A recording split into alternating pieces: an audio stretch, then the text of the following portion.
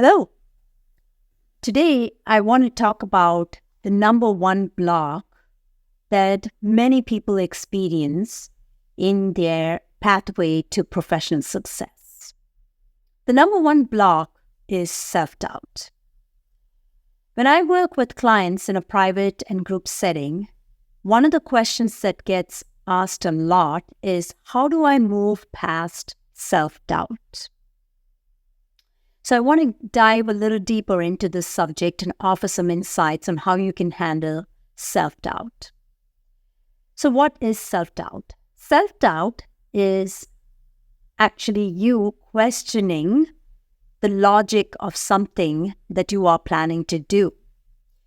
So the voice of self-doubt is nothing but feedback mechanism from your intuition that is actually telling you that you have not thought about all of the variants or challenges you might have in a specific professional situation or project or business that you may be trying to do. So what self-doubt is really telling you is that you are ignoring something within your own intuition that is asking you to look at it. So for example, let's say you are trying to start a business and you are in the corporate world. The voice of self-doubt may say, well, that's going to be a rough ride if you are going to start your business and you're going to quit your corporate job. That's going to be a rough ride because now you don't have finances flowing in and you're trying to start this business. So what this voice of intuition wants you to do is it wants you to plan out what you're going to do in your business and how you're going to transition from your corporate life to your entrepreneurial life. So the voice of self-doubt, which really gets a bad rep in that many people say you should ignore it and move past it, I'm going to very strongly advise that you do not get in the habit of doing that. Why? Because that is your intuition giving you feedback, and if you squish it and ask it to go away, then very soon you're going to ask the voice of your soul, the voice of your intuition to shut down. So this is exactly why people land themselves in trouble. Now, I want to talk a little bit about what positive thinking is and what self-doubt is. Because a lot of people are going to say self-doubt is just negative thinking and you should remain positive at all times in your life. The reality, though, is that if you did not plan the moves you're going to make in your business and take the steps according to how you planned, then you are also going to have unanticipated curveballs that are going to meet you, and you are not going to be well equipped and prepared to meet those challenges that you are facing. I'll give you an example of this. I had a client who lost her job from the corporate world. What she did immediately after she lost her job was she decided to start her business, put all her time and energy to starting a business of her own. Now, she did plan portions of her business, but she did not plan and anticipate all details in her business. When self-doubt came in, it was a strong voice that was telling her that she had not looked at all of the facets of the business that she was trying to start and run. She ignored this voice and continued to go into her business. Now, what happened was 6 months down the road, she still did not have a source of income from her business. 1 year down the road, she did not have a consistent flow of income from the business. So, the voice of self-doubt, which she had in the beginning, was the fear of whether she should stay in business or go back to the corporate world. And she continued to ignore that voice and continued to plow all her time in her business. And what she ended up doing ultimately was to actually close down her business because she had spent way too much money on the business with no return at all.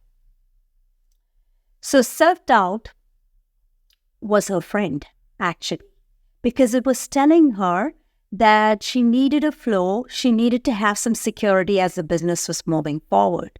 And she was unwilling to listen to that voice.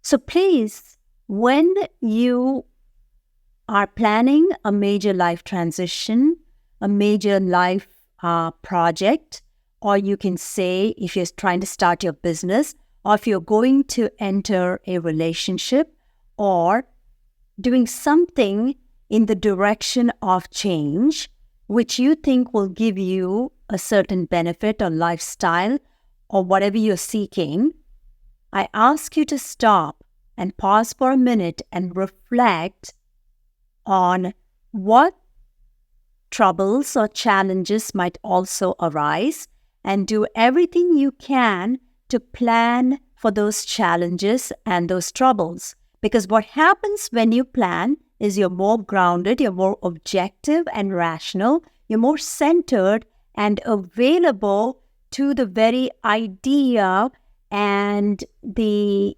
business or the life transition that you are planning to have. So when you do this strategically, it will yield benefits to you because you would have thought about all of the things that could potentially go wrong and have mitigations in place to support that when it went wrong. The voice of the soul is both positive and negative. The voice of the soul is not always positive. There is a lot of misconception in our spiritual communities, in our personal growth communities, that we should always be positive and ignore the negative voice. But this is a setup for failure in our lives. It's really important that the voice of the soul is honored in both the positive as well as the negative.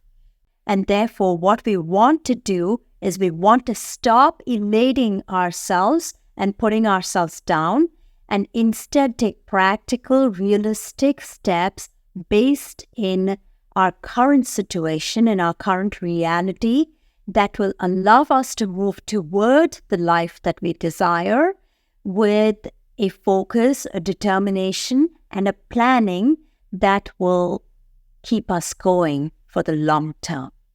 This is very important if you're trying to change your job, if you are trying to start a new business, if you're trying to attract a new relationship. It's about you taking everything you have learned in life so far and applying it without putting the positive thinking